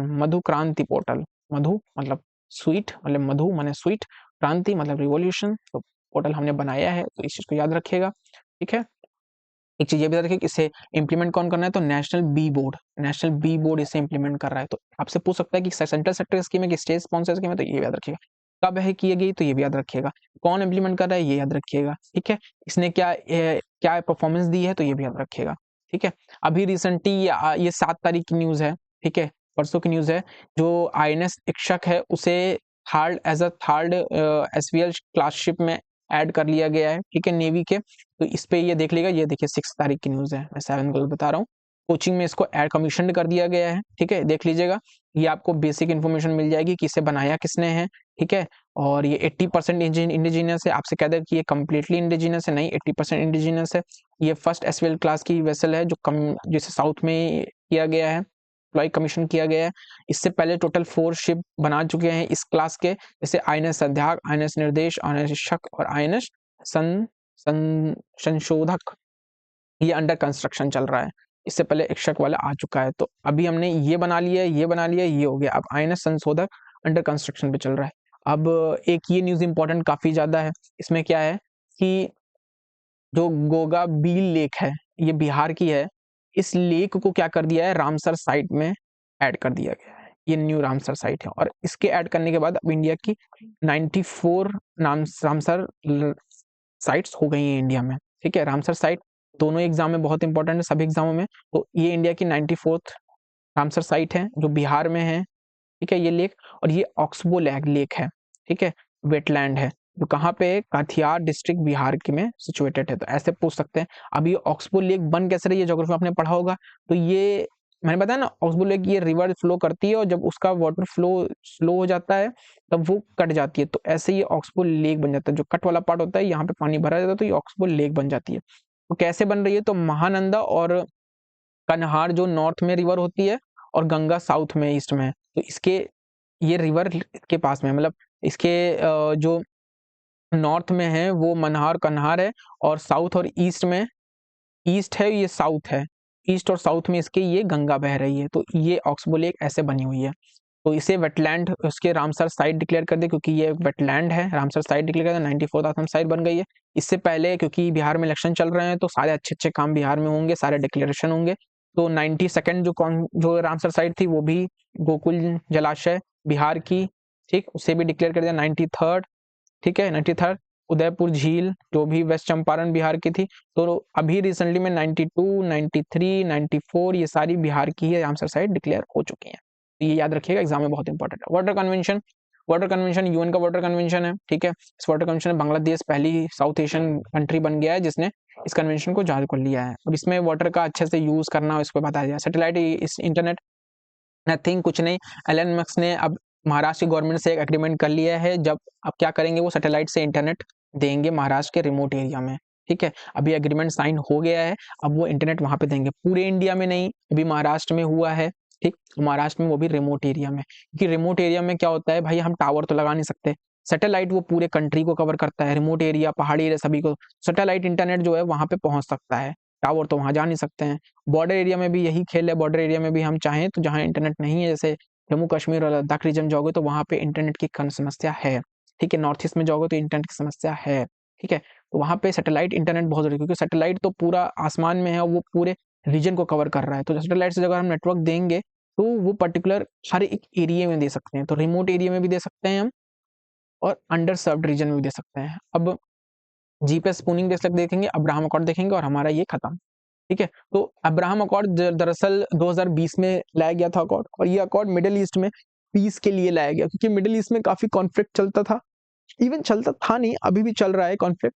जैसे मैंने देखा कि अभी थोड़ी सी पीस डिक्लेयर हुई है हमास और इसराइल के बीच में। इससे पहले भी क्या होता था कि इसराइल और जो अरेबियन कंट्रीज होती थी उनके बीच में काफी कॉन्फ्लिक्ट चलता था। तो इस कॉन्फ्लिक्ट को कम करने के लिए 2020 में डोनाल्ड ट्रंप ने ही अब्राहम अकॉर्ड करवाया। किसके किसके बीच में, इसराइल और यूएई, बहरीन और मोरक्को के बीच में कराया। अब इसमें एक डेवलपमेंट ये आया है, कजाकिस्तान ने भी इस अकॉर्ड को ज्वाइन कर लिया है, मतलब पार्ट मान लिया है। ठीक है, तो अब ये कंट्री क्या करेंगी, अब शांत और पीसफुल इन्वायरमेंट बनाकर रखो। जब भी देखा होगा आपने, इसराइल जब हमास पे वॉर कर रहा था तो यूएई इतना नहीं बोल रहा था, बहरीन इतना नहीं बोल रहा था जितना सऊदी बोल रहा था। क्यों, क्योंकि इन लोगों ने अब्राहम अकॉर्ड पे साइन कर रखा है। ठीक है, तो ज्यादा ये लोग मतलब वॉर पे एक दूसरे के अगेंस्ट वॉर नहीं करेंगे। ठीक है, तो ये चीज है। अब ये क्या है, डिफ्यूज करेगा टेंशन मिडिल ईस्ट में by normalising relationship between Israel and the service so Arab state में। डिप्लोमेटिक, फॉर्मल डिप्लोमेटिक रिलेशन बनाएगा, ट्रेड एंड सिक्योरिटी टाइज इनके बीच में होगा। अब आते हैं जीपीएस स्पूनिंग। जीपीएस स्पूफिंग क्या होता है, जीपीएस स्पूफिंग में होता क्या है कि मान लीजिए कोई ये दरअसल दिल्ली रीजन में जब जो एरोप्लेन्स उड़ रहे हैं या एयरक्राफ्ट उड़ रहे हैं, वो क्या कर रहे हैं, वो एक उनमें एक नेविगेशनल लेवल पे डिस्ट्रप्शन देखा जा रहा है। कैसा डिस्ट्रप्शन, कि वो जो नीचे से उनको जो सिग्नल मिल रहा है ना, वो सिग्नल बहुत गलत मिल रहा है। मतलब उनको रैंडम सिग्नल मिल रहा है। रैंडम सिग्नल का मतलब ये है कि देखो, पर कोई चीज चल रही है तो उसे नीचे से सिग्नल की जरूरत है ना। नीचे के लोग उसे सिग्नल देंगे कि आप ऐसे करो, आगे ये है, आगे ये है, तो सिग्नल देंगे ना। इसको कुछ रैंडम सिग्नल मिल रहा है। अब रैंडम सिग्नल मिलते जा रहे हैं तो वो कंफ्यूज है कि कौन सा सिग्नल हम पकड़ें, कौन सा नहीं पकड़ें, क्योंकि दो दो तरह के मिल रहे हैं। तो स्पूनिंग हो रही है, ये कंफ्यूजन हो रही है, सही से नेविगेशन भी नहीं हो पाएगा एयर में। तो ये दिल्ली के रीजन में ये बहुत देखा जा रहा है। ठीक है, इस पे स्क्रूटनी इन्वेस्टिगेशन कराई गई। तो इसमें होता क्या है, ये साइबर अटैक जनरली माना जाता है कि साइबरली अटैक किया जा रहा है। नेविगेशन लेवल पे जो इंस्ट्रक्शन दिए जाते हैं, सिग्नल्स दिए जाते हैं, उसमें कुछ क्या किया जा रहा है, फॉल्स जीपीएस सिग्नल दिए जा रहे हैं, ठीक है, जो मिसलीड कर रहा है नेविगेशन सिस्टम को। तो ये हमारा टोटल करंट अफेयर था, ठीक है। आई होप कि आप लोगों ने इसे एंड तक देखा हो। जिन्होंने एंड तक देखा है वो हमें कमेंट में जरूर बताएंगे कि आपको कैसा लगा। ये इंडेक्स है पूरा, ठीक है। आप इससे चाहें तो एक्टिव रिकॉर्डिंग कर सकते हैं लास्ट एग्जाम के समय में, ठीक है। तो इसको जरूर रीड करिएगा, हमारा ये मैसेज है, ठीक है। चलिए नेक्स्ट संडे मिलते हैं करंट अफेयर की वीडियो में, और अभी पॉलिटी की वीडियो भी आ जाएगी। धन्यवाद, जय हिंद, वंदे मातरम।